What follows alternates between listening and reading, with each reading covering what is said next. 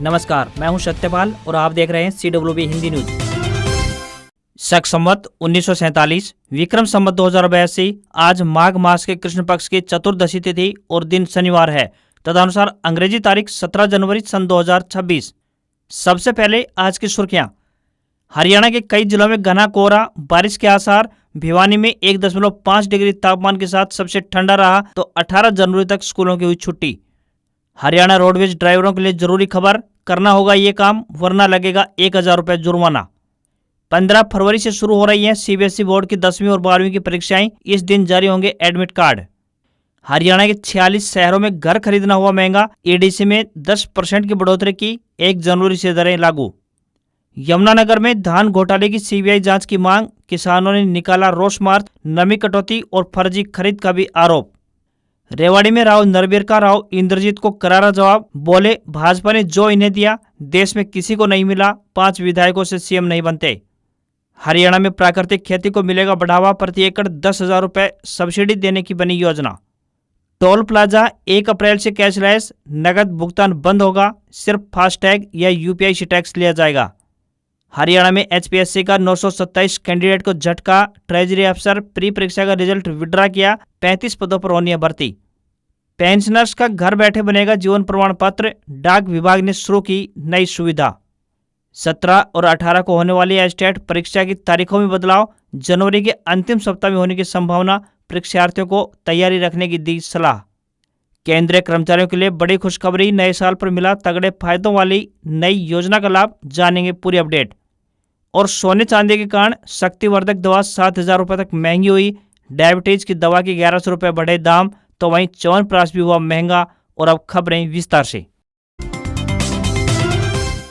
पूरे हरियाणा में हाड़ कपा देने वाली ठंड का कहर लगातार जारी है। उत्तरी बर्फीली हवाओं के कारण दिन और रात का तापमान सामान्य से नीचे पहुंच गया है। सुबह के समय अधिक घने कोहरे के कारण दृश्यता शून्य के करीब पहुंच गई है, जिससे जनजीवन प्रभावित हुआ है। कोहरे और शीतलहर के चलते कोल्ड डे की स्थिति बनी हुई है। बढ़ती ठंड और कोहरे को देखते हुए स्कूलों में भी छुट्टियां बढ़ा दी गई हैं। अब सोमवार से हरियाणा में सरकारी और प्राइवेट स्कूल खुलेंगे। राज्य में भिवानी 1.5 डिग्री तापमान के साथ सबसे ठंडा रहा तो हिसार में तापमान 0.2 डिग्री से बढ़कर 2.2 डिग्री पर पहुंच गया है। इसके अलावा नारनौल में तापमान 2 डिग्री और महेंद्रगढ़ में 2.7 डिग्री दर्ज किया गया। मौसम विशेषज्ञ डॉक्टर चंद्र मोहन के अनुसार आने वाले दिनों में ठंड के तीखे तेवर देखने को मिल सकते हैं। एक कमजोर पश्चिमी विक्षोभ सक्रिय होने जा रहा है, जिसके कारण 18 जनवरी तक कहीं कहीं बादल छाए रहने की संभावना है, तो 19 जनवरी को फिर से दूसरा पश्चिमी विक्षोभ सक्रिय होगा। 19 जनवरी के बाद राज्य के ज्यादातर स्थानों पर बारिश की संभावना बन रही है। इससे तापमान में थोड़ी बढ़ोतरी होने की संभावना है।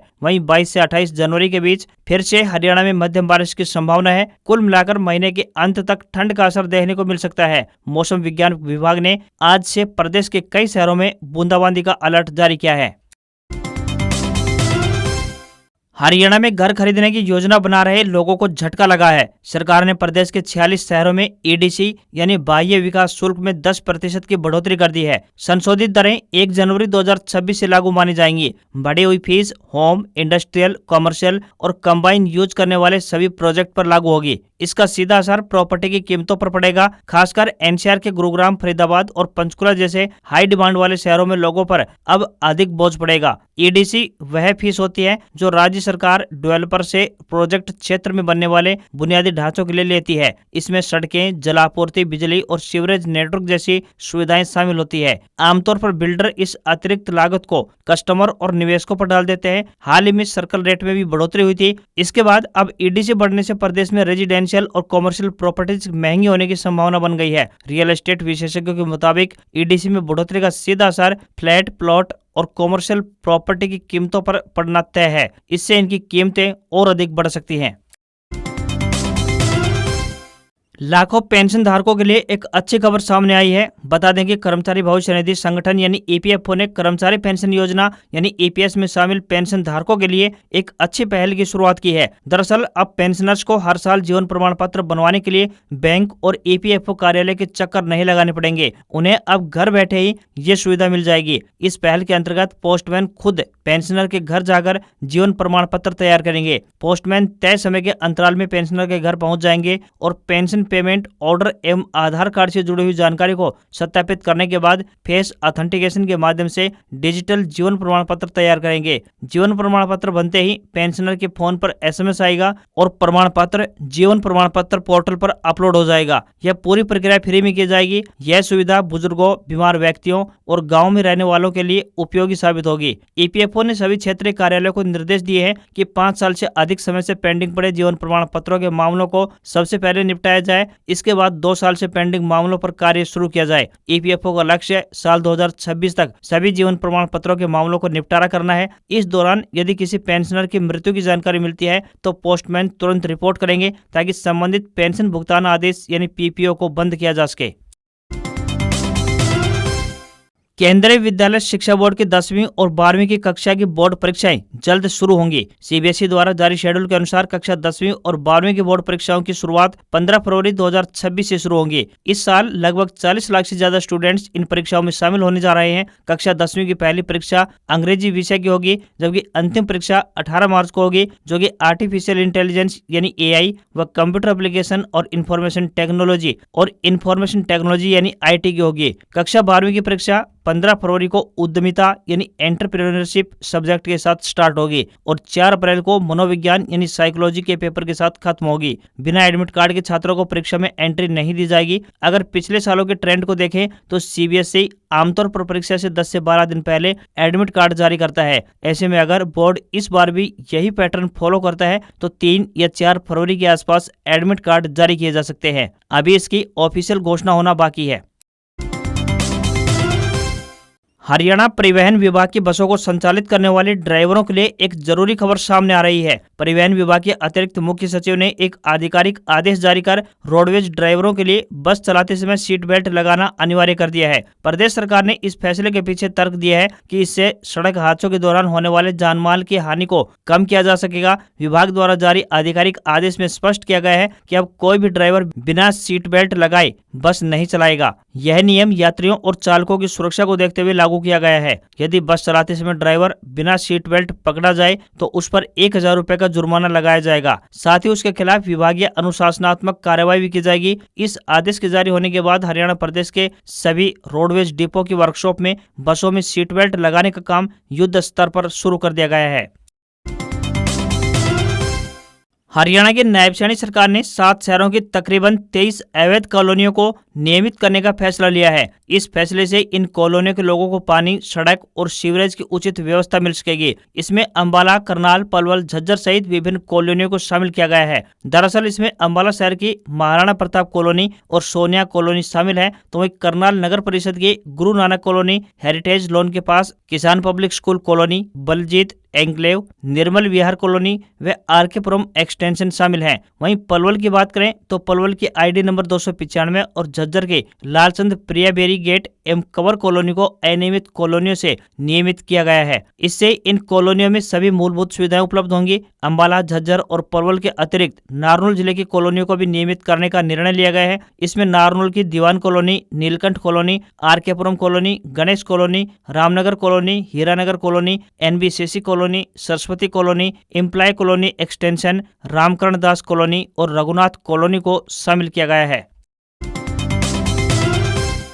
हरियाणा की नायब सैनी सरकार प्रदेश में प्राकृतिक खेती को बढ़ावा देने के लिए जल्द ही एक नई योजना लागू करने की तैयारी कर रही है। राज्य सरकार प्राकृतिक खेती का सर्टिफिकेट कराने के बाद किसानों को 3 से 5 साल तक 10,000 रुपए प्रति एकड़ अनुदान दे सकती है। कृषि विभाग की योजना है कि साल 2047 तक प्राकृतिक खेती का रकबा बढ़ाकर 0.14% से 20% किया जाए। वर्तमान स्थिति की बात करें तो यहाँ हर साल 32 लाख हेक्टेयर में फसलें बोई जाती है। हरियाणा में ऐसी कौन सी योजनाएं होंगी, तो बता दें कि प्राकृतिक खेती से संबंधित हरियाणा में इस प्रकार से योजनाएं होंगी, जैसे कि रियल टाइम प्राइस ट्रेंड्स और मार्केट इंटेलिजेंस के लिए AI पावर्ड मोबाइल एप्लीकेशन बनाकर किसानों को दिए जाएंगे। वहीं किसानों व एग्जीबिशन फर्मों के बीच गारंटेड बायबैक के साथ कॉन्ट्रैक्ट होगा। साथ ही एग्री टूरिज्म वेंचर्स के लिए सीड फंडिंग देंगे। इसके लिए पायलट प्रोजेक्ट शुरू होगा। ज्यादा कीमत वाली कॉमर्शियल फसलें उगाने वाले किसानों को सब्सिडी योजना का भी लाभ मिलेगा। साथ ही प्रदेश में कोल्ड स्टोरेज कैपेसिटी को भी बढ़ाने पर फोकस रहेगा। इसके अलावा खराब भूमि का सुधार किया जाएगा। इसके लिए अभी से योजना बनाई जा रही है ताकि खाद्यान्न की दिक्कत पैदा न होने पाए।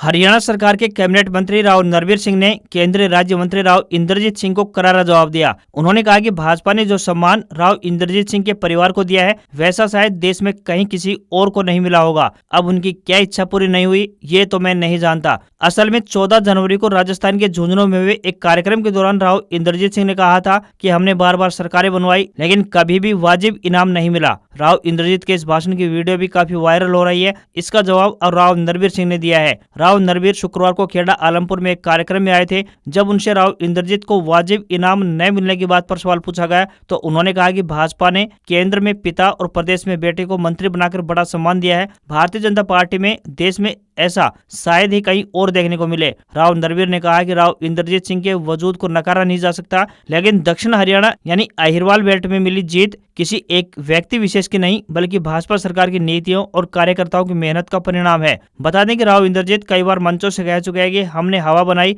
तब जाकर भाजपा सत्ता में हैट्रिक लगा पाई। राव नरवीर ने कहा कि जहां तक राव इंद्रजीत सिंह के सीएम बनने के सवाल है तो यह फैसला पार्टी का होता है। कोई एक या फिर 5 विधायक मुख्यमंत्री नहीं बना सकते। भाजपा सरकार ने अपने 11 साल के शासनकाल में दक्षिण हरियाणा में सबसे अधिक नौकरियां दी है। दक्षिण हरियाणा के युवाओं में प्रतिभा की कोई कमी नहीं है। पहले की सरकारों में खर्ची पर्ची के कारण उन्हें मौका नहीं मिल पाता था। 1 अप्रैल से देश के सभी टोल प्लाजा कैशलेस हो जाएंगे। नए नियमों के लागू होने के बाद वाहन चालकों को टोल टैक्स चुकाने के लिए सिर्फ फास्टैग या यूपीआई पेमेंट का ही इस्तेमाल करना होगा। ये जानकारी केंद्रीय सड़क परिवहन मंत्रालय के सचिव वी उमाशंकर ने दी। उन्होंने कहा कि टोल पर नकद यानी कि कैश लेन देन को पूरी तरह से बंद करने का फैसला लिया है। इस कदम का मुख्य उद्देश्य टोल नाकों पर लगने वाली लंबी लाइनों को खत्म करना और सफर को बाधा रहित बनाना है। इस नो स्टॉप सिस्टम का पायलट प्रोजेक्ट फिलहाल देश के 25 टोल प्लाजा पर टेस्ट किया जा रहा है। हालांकि अभी आधिकारिक नोटिफिकेशन आना बाकी है। केंद्र सड़क परिवहन और राजमार्ग मंत्रालय इस डिजिटल बदलाव को लागू करने के लिए अंतिम रूप दे रहा है। वर्तमान में बात करें तो फास्टैग अनिवार्य होने के बावजूद कई जगह पर कैश लेन देन होते हैं। डिजिटल पेमेंट न करने वाले वाहनों के कारण जाम की स्थिति बनी रहती है। साथ ही कैश बंद होने से गाड़ियों को टोल बूथ पर रुकना नहीं पड़ेगा और हर लेन देन का डिजिटल रिकॉर्ड रहेगा, जिससे कि टोल कलेक्शन में होने वाली हेराफेरी या कोई बड़ी गड़बड़ी की गुंजाइश खत्म हो जाएगी। साथ ही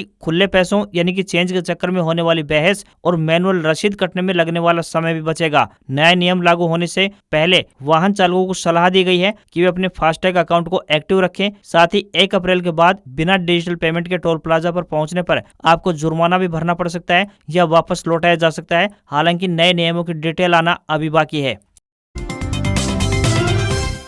हरियाणा विद्यालय शिक्षा बोर्ड यानी BSEH द्वारा 17 और 18 जनवरी को संभावित हरियाणा अध्यापक पात्रता परीक्षा यानी एस्टेट की तारीखों में बदलाव किया गया है। शिक्षा बोर्ड के अध्यक्ष डॉक्टर पवन कुमार ने कहा है कि अब एस्टेट परीक्षा जनवरी महीने के अंतिम सप्ताह में होने की संभावना है। उन्होंने कहा कि सर्दी और अन्य कारणों के कारण परीक्षाओं में यह बदलाव किया गया है। उन्होंने कहा कि परीक्षार्थियों को घबराने की आवश्यकता नहीं है, वो अपनी तैयारी रखें क्योंकि परीक्षा जनवरी में आयोजित होने की पूरी संभावना है। बोर्ड अध्यक्ष ने कहा कि अब की बार करीब 2,33,000 परीक्षार्थियों ने आवेदन किया है। उन्होंने कहा कि हरियाणा विद्यालय शिक्षा बोर्ड निष्पक्ष और शांतिपूर्ण परीक्षा करवाने के लिए प्रतिबद्ध है और परीक्षाओं को शांतिप्रिय करवाने के लिए कई महत्वपूर्ण कदम भी उठाए गए हैं। शिक्षा बोर्ड चेयरमैन ने कहा कि सबसे कम आवेदन लेवल 1 यानी कि PRT के लिए आए हैं, जबकि लेवल 2 के लिए सबसे अधिक परीक्षार्थी आए हैं और PGT के नंबर 2 पर आवेदन आए हैं। वहीं उन्होंने कहा कि परीक्षार्थी कोई भी अफवाह पर ध्यान न दें।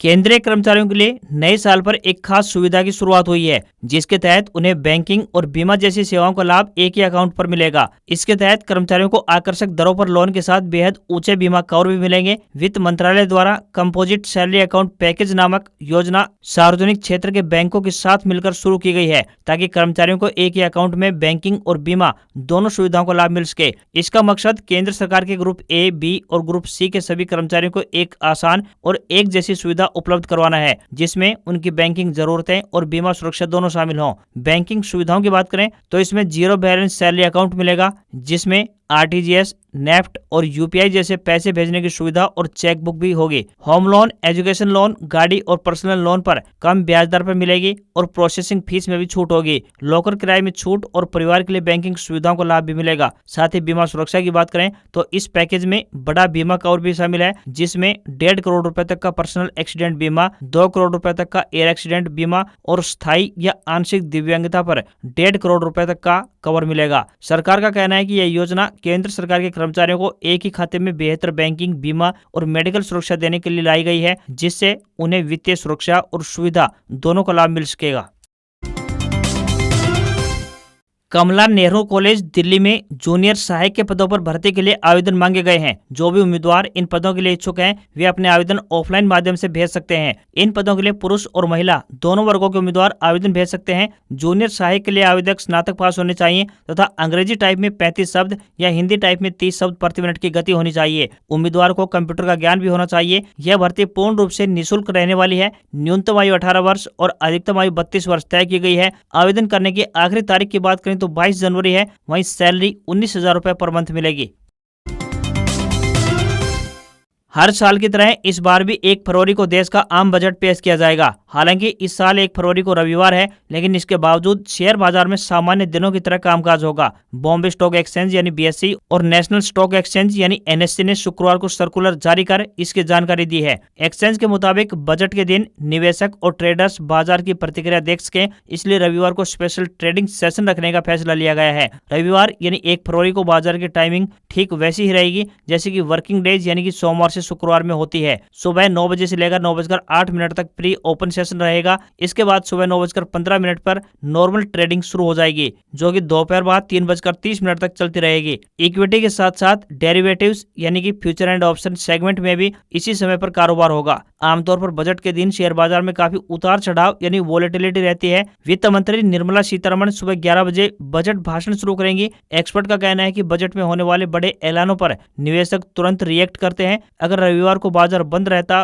तो सोमवार को बाजार खुलते समय बहुत बड़ा गैप अप या फिर गैप डाउन देखने को मिल सकता था। रविवार को बाजार खुला रहने से निवेशकों को अपनी पोजीशन मैनेज करने का मौका मिलेगा। भारत के संसदीय इतिहास में यह एक दुर्लभ मौका है जब बजट रविवार को पेश हो रहा है और बाजार भी खुला हुआ है। साल 1999 में तत्कालीन वित्त मंत्री यशवंत सिन्हा ने बजट पेश करने का समय शाम 5 बजे से बदलकर सुबह 11 बजे किया था। तब से यही परंपरा चली आ रही है। वित्त मंत्री निर्मला सीतारमण इस साल अपना लगातार 9वां बजट पेश करेंगे। वह पूर्व प्रधानमंत्री मोरारजी देसाई के 10 बजट पेश करने के रिकॉर्ड के बेहद करीब पहुंच जाएंगे। कमजोरी दूर करने वाली शक्तिवर्धक आयुर्वेदिक दवा स्वर्ण भस्म की कीमत 1 साल में 19,000 से बढ़कर 26,000 रुपए तक पहुंच गई है। डायबिटीज की दवा वसंत कुसुमाकर 1100 रुपए महंगी हुई है। महंगाई के मार से डायबिटीज की दवा और सर्दियों की संजीवनी यानी कि च्यवनप्राश भी अछूते नहीं है। जानते हैं क्यों? क्योंकि 1 साल में सोने की कीमतें 75% और चांदी की 167% कीमतें बढ़ चुकी हैं। अब आप सोच रहे होंगे कि सोने चांदी की कीमतों में उछाल से आयुर्वेदिक दवाएं कैसे महंगी हो सकती हैं। तो आपको बता दें कि इसकी वजह क्या है। आयुर्वेदिक दवाओं में सोने और चांदी का उपयोग होता है। ज्यादातर लोग सोने व चांदी को सिर्फ गहने बनवाने और इन्वेस्टमेंट का जरिया मानते हैं, लेकिन ऐसा नहीं है। सोने चांदी का मेडिकल साइंस में भी बहुत महत्वपूर्ण रोल है। कई दवाओं में गोल्ड सिल्वर के नैनो पार्टिकल्स का इस्तेमाल किया जाता है। चांदी में बैक्टीरिया से लड़ने की क्षमता होती है। ऐसे में इसका उपयोग गंभीर इन्फेक्शन, जलने के घाव वाली क्रीम में भी किया जाता है। इसके अलावा कुछ मेडिकल उपकरणों में भी इसका यूज होता है। सोने और चांदी का आयुर्वेदिक और भस्म आधारित दवाओं में सबसे ज्यादा इस्तेमाल किया जाता है। यही कारण है कि सोने चांदी के दामों में बेतहाशा वृद्धि के कारण आयुर्वेदिक दवाओं की कीमतों में भी तेजी से बढ़ोतरी हुई है। पिछले 1 साल के दौरान 10 से लेकर 40% तक आयुर्वेदिक दवाओं के दाम बढ़े हैं। एक्सपर्ट का कहना है कि 50 से अधिक आयुर्वेदिक दवाओं में सोने चांदी का इस्तेमाल होता है। इसमें सर्दी जुकाम, डायबिटीज, कमजोरी दूर करने, सांस रोग आदि की दवाइयां शामिल हैं। इसके अलावा च्यवनप्राश में भी इसका उपयोग होता है। भारतीय शेयर बाजार में तेजी देखने को मिली। सेंसेक्स 187 अंक चढ़कर 83,570 के लेवल पर बंद हुआ, तो निफ्टी में भी 28 अंकों की बढ़त देखने को मिली और ये 25,694 के स्तर पर बंद हुआ। सेंसेक्स के 30 शेयरों में से 12 में तेजी और 18 में गिरावट देखने को मिली। IT और बैंकिंग शेयर में तेजी देखने को मिली। चांदी के दाम में लगातार चौथे दिन तेजी रही। India Boolean and jewellers association के अनुसार चांदी की कीमत 4,378 रुपए बढ़कर 2,81,890 रुपए प्रति किलोग्राम के अपने ऑल टाइम हाई पर पहुंच गई। इससे पहले 14 जनवरी को चांदी की कीमत 2,77,512 रुपए पर पहुंच गई थी। 4 दिन में चांदी 40,000 रुपए महंगी हो चुकी है। वहीं सोने के दाम में 3 दिन की तेजी के बाद गिरावट जारी है। 10 ग्राम 24 कैरेट सोने का भाव 422 रुपए गिरकर 1,41,593 रुपए पर पहुंच गया। वहीं 14 जनवरी को इसने 1,42,015 रुपए पर ऑल टाइम हाई बनाया था। इसके अलावा 22 कैरेट सोने का दाम 1,29,813 रुपए प्रति 10 ग्राम के स्तर पर पहुंच गया है। आज खबरों में बस इतना ही। देखते रहिए आपका अपना हरियाणा का सबसे बेहतरीन news channel CWB Hindi news. नमस्कार। इसी आशा के साथ आपका दिन शुभ रहे।